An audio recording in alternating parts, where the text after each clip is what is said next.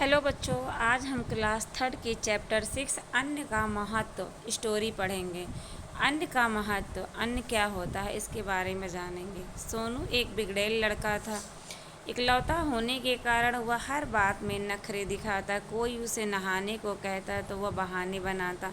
माँ उसके लिए भोजन लाती तो थोड़ा बहुत चख कर बाकी यूं ही जूठा छोड़ देता। अपने कपड़े अस्त व्यस्त ढंग से इधर उधर डाल देता। सुबह सुबह चिल्लाता कि उसकी सारी किताबें बस्ते में नहीं हैं। उसकी इस प्रकार की हरकतों से परिवार में सभी दुखी होते, किंतु बार बार समझाने का भी उस पर कोई प्रभाव नहीं पड़ता। आज सोनू के पिताजी का स्वास्थ्य खराब था। उन्हें हल्की सब्जियां खाने का परामर्श दिया गया था। अतः आज लौकी की सब्जी बनी थी। सोनू ने जब थाली में यह सब्जी देखी तो उसका पारा सातवें आसमान पर पहुंच गया।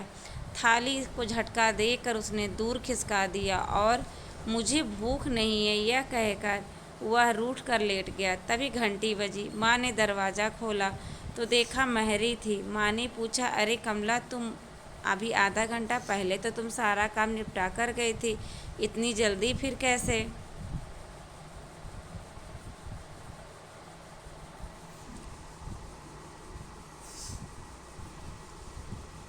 वो बीबी जी, मैं अपनी 2 बासी रोटियां यहीं भूल गई थी जो आपने मुझे दी थी। मैं वही लेने आई हूँ। अन्न तो देवता हैं, भला जिस अन्न को जुटाने के लिए मैं दिन रात मेहनत करती हूँ उसका निरादन कैसे कर सकती हूँ? कमला ने उत्तर दिया, ठहरो अभी लाती हूँ। कहते हुए माँ अंदर गई और कागज़ में लिपटी 2 रोटियां ले आई। रोटियां पाकर कमला ने उन रोटियों को चूम कर सिर माथे से लगाया, मानो अन्न देवता से क्षमा मांग रही हो, और फिर लौट गई। सोनू लेटे लेटे यह सारा दृश्य देख रहा था। उसे स्वयं पर बहुत ग्लानि हो रही थी। आज उसे अन्न का महत्व पता चला। जिस अन्न का वह तिरस्कार करके स्वयं को श्रेष्ठ मानता है, वह अन्न तो देव समान है। वह उठा और चुपचाप थाली को उठा लाया। माँ ने पूछा, क्यों, अब तुम्हें लौकी की सब्जी खाने में कोई शिकायत तो नहीं?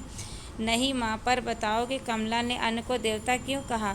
सोनू ने पूछा। माँ बोली, बेटा, अन्न को किसान बहुत परिश्रम करके उगाता है। अन्न से ही शरीर में शक्ति आती है। बिना अन्न के तो हम न विकसित हो सकते हैं, ना ही कोई कार्य कर सकते हैं।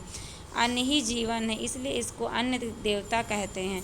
जो अन्न को बेकार करता है वह अपराधी होता है। अब सोनू को अन्न का महत्व पूरी तरह समझ में आ चुका था। उसने निश्चय किया कि अब वह कभी अन्न का निरादर नहीं करेगा। तो बच्चों, ये कैसी लगी स्टोरी?